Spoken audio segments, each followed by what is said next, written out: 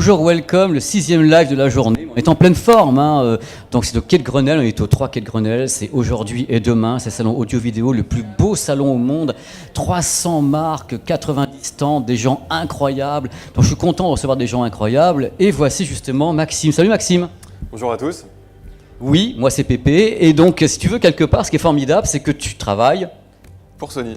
Pour Sony, et je voulais vraiment faire une petite session ici pour parler de vidéoprojection, parce que d'abord ça me passionne en tant que journaliste, et en plus dès qu'on dit vidéoprojection, dès qu'on dit Sony, c'est quand même, on a quand même un historique, une ancienneté. Ça fait combien de temps que Sony sur la Projo, c'est du délire?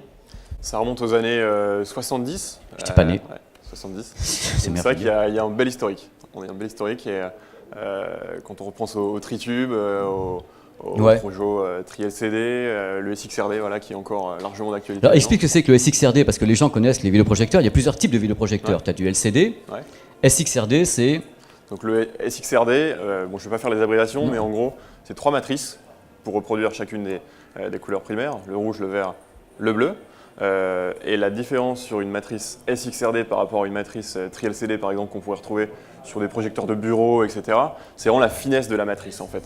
La finesse entre les pixels pour afficher vraiment quelque chose qui soit le plus précis possible. Je suis d'accord avec toi. Il faut surtout dire aux gens que la différence entre le LCD et le SXRD, c'est que le LCD, la lumière traverse la matrice, tandis que le SXRD, c'est une réflexion, ce qui permet d'avoir un très haut ratio de contraste. Alors justement, tu as ici des projecteurs absolument dingues.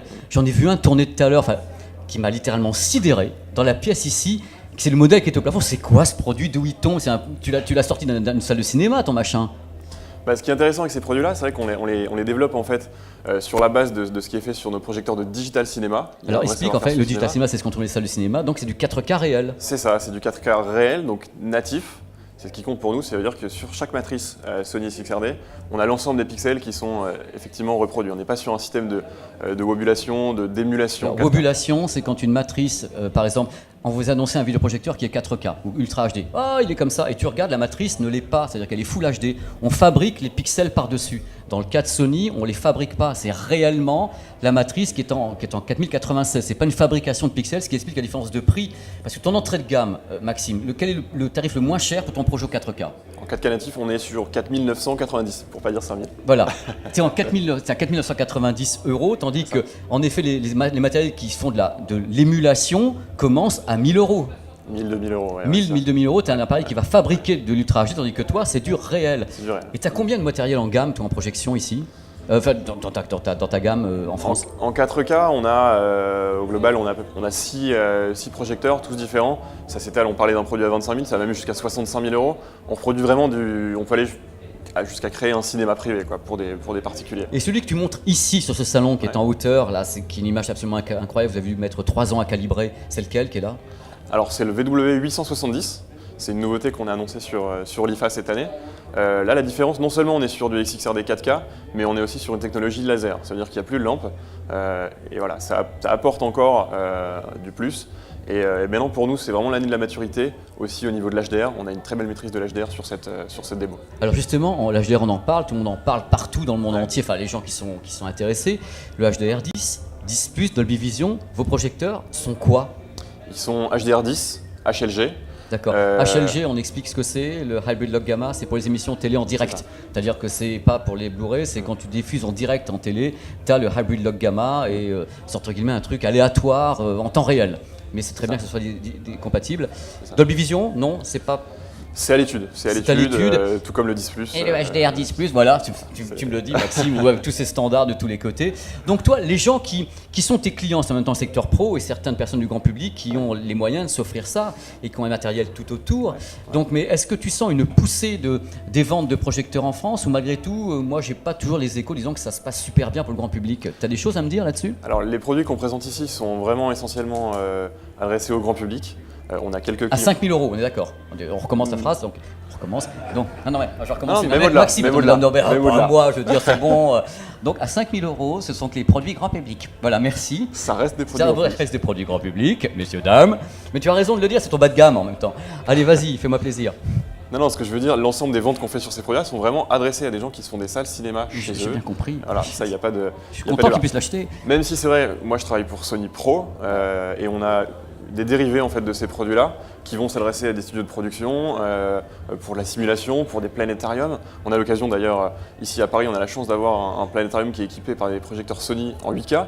Là, on utilise En plusieurs... 8K. En 8K, ouais. Vous en avez en 8K. Le projecteur lui-même n'est pas 8K, mais dans un planétarium, on utilise plusieurs vidéoprojecteurs. Tu fais du Et donc, multi, voilà. Parce que tu n'as aucun projecteur 8K concrètement en gamme, je veux dire 8K réel. Non. T'en as aucun. On n'a pas de projecteur 8K en gamme. D'accord. Non, mais c'est une question, ouais. tu sais. Mais il y a un truc quand mais je fais. Je peux en parler, il n'y a pas de Mais non, mais souci. je sais très bien, Maxime. Attends, on se connaît. Le truc, c'est que, en effet, depuis le début, on a un discours, mais il faut qu'on rappelle que toi, tu es Sony Pro, c'est-à-dire qu'il n'y a pas Sony vidéoprojecteur grand public. C'est le Pro qui vend au grand public. Ça a changé. C'est comme ça maintenant chez vous, parce que vraiment, ce qui explique le prix, je te brocarde, mais je sais très bien que ça commence à 5 000 euros, parce que et justement, il n'y a pas d'idée pour vous, Sony, justement, commencer à produire beaucoup de projecteurs, de faire un modèle où vous feriez plaisir au grand public en lançant un à 2500 euros, en poussant un coup en disant tiens. On va faire quelque chose pour ce marché. Bah, on garde malgré tout quand même deux vidéoprojecteurs Full HD, dotés de matrice SXRD aussi quand même, donc on a une belle qualité cinéma. C'est du Full HD, c'est pas du 4K, et là on est sur des tarifs plus accessibles puisqu'on est autour de 2000 euros. 2000 euros, donc c'est dans la concurrence en face avec le produit LCD classique, C'est ça, vous êtes dans les mêmes tarifs. Toi, tu imagines l'avenir de ces produits, en effet, vers le 4K, le laser, qu'est-ce qui va se passer, tu penses, dans les 2-3 ans à venir pour tous ces produits qu'on utilise, qu'on voit dans les salles de cinéma, qui sont complètement adulés par les jeunes, qui veulent en effet des images toujours plus belles? Oui, bien sûr. Le 4K forcément s'impose naturellement, on a une forte poussée du laser aussi. Alors il faut expliquer le laser parce que les gens, aussi je me fais l'avocat du diable, les gens pensent ah c'est un projecteur laser, ils ont l'impression que c'est 3 faisceaux laser qui te balayent comme ça l'écran alors que ce sont des matrices qui sont tout simplement éclairées par un laser, c'est un système d'illumination. C'est ça. C'est les gens, parce que tu mets de le mot laser, les gens rêvent autour du laser, ça reste qu'autre chose qu'une lampe. On remplace la lampe par des faisceaux lumineux laser bleus. Ouais, bleu. Voilà, le projecteur transforme ensuite la lumière bleue en lumière blanche. D'accord. Et après, on suit le circuit classique d'un vidéoprojecteur. L'intérêt, on se rapproche de l'usage d'une télévision. Allumage, extinction instantanée. C'est immédiat. Et stabilité dans le temps qui est vraiment parfaite. Ça bouge pas jusqu'à ce que ça meure. Ça bouge pas. Voilà, ça ne bouge pas du tout. Alors moi j'ai une question que tu vas beaucoup aimer d'ailleurs. Bon, tu es SXRD, donc le LCD réflectif de Sony en salle de cinéma. En face, vous avez une énorme motoculteur qui s'appelle le micro-miroir, le DMD, avec des marques comme Christie, avec des marques comme Digital Projection. Comment se comporte Sony par rapport à toutes ces entités qui se disent les reines du cinéma numérique? Vous en êtes où, vous, au niveau du marché? Bah, la force de Sony, je dirais. Et oui, tu as le droit de rire. Elle est bien, elle est mignonne. Attends, il fallait que je la fasse. Non, contrairement à beaucoup de marques, chez Sony, on a l'avantage d'avoir des bureaux de R&D au Japon, donc une conception qui se fait au Japon, des composants vraiment qui sont élaborés là-bas, même les lasers. Auparavant, c'est vrai que sur les modèles à lampe, on pouvait acquérir des lampes auprès de marques comme Philips, qui est leader sur ce marché-là. Là, maintenant, on conçoit les matrices SXRD, on conçoit la source lumineuse laser et on assemble les vidéoprojecteurs nous-mêmes.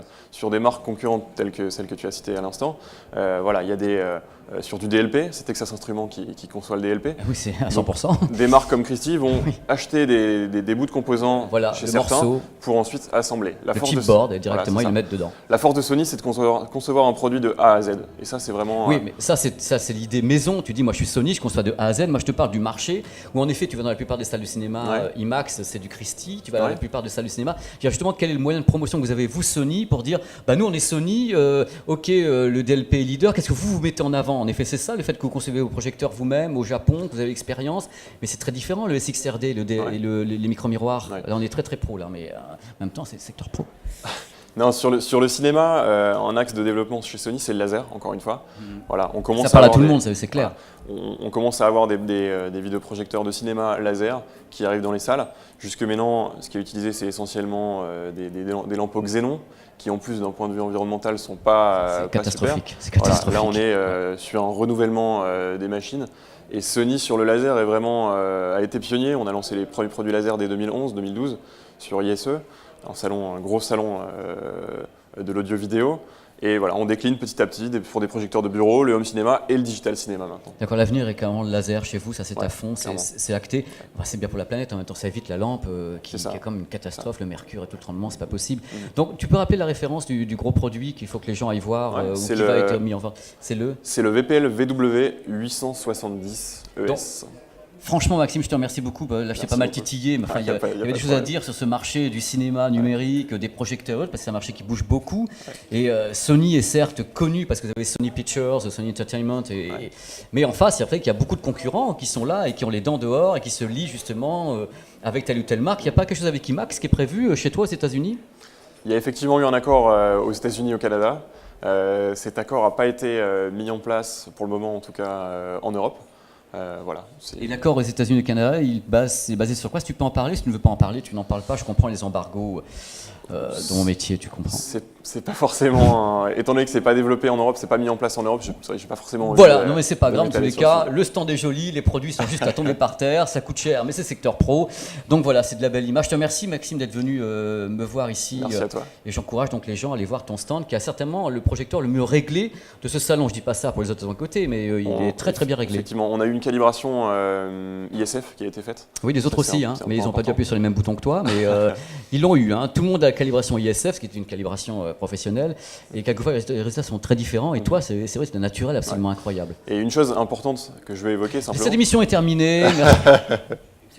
Allez, vas-y. Non, dans cette salle, ce qu'on veut faire passer, c'est vraiment une expérience cinéma. Les produits ne sont pas visibles dans la salle que tu mentionnes. Il n'y a rien de visible. Il y a un mur audio qui est derrière un écran. Oui. Le projecteur n'est pas visible. Voilà, on s'assoit dans cette salle et on vit une expérience cinéma. C'est carrément du cinéma. C'est vraiment, ce qu'on veut faire passer. Eh bien, ça marche. En tout cas, je me suis fait bluffer. Il n'y a que le prix qui ne me va pas, tes produits. Je suis désolé. Moi, je suis un mec gentil, mais enfin, 25 000. Et on peut se faire plaisir déjà avec des produits moins chers, sincèrement. 5 000. Les mecs, mais il manque pas de souffle, il n'y a même pas un trémolo dans la voix. Quand je veux dire, le mec, il y va franchement, 5 000, c'est pas cher. Merci en tous les cas. Maxime, merci d'avoir participé à ce plateau.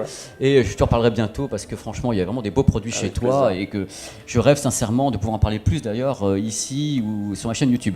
Voilà, on se retrouve dans quelques instants pour une autre session à parler de Dolby Atmos avec Klipsch, avec plein de trucs super sur le son, l'audio, des gens qui ont des beaux produits qui coûtent pas cher du tout. Vous verrez tout à l'heure, c'est pas cher. Bon, allez, j'arrête de déconner. À bientôt, dans 10 minutes d'ailleurs, si vous le voulez. Merci Maxime. Merci à toi. Merci aux gens qui étaient avec nous ici. Merci beaucoup d'avoir assisté à ce petit live Facebook en direct ici au salon audio vidéo qui dure jusqu'à ce soir, demain, avec plein de gens sympas, plein de beaux produits. Allez, à bientôt.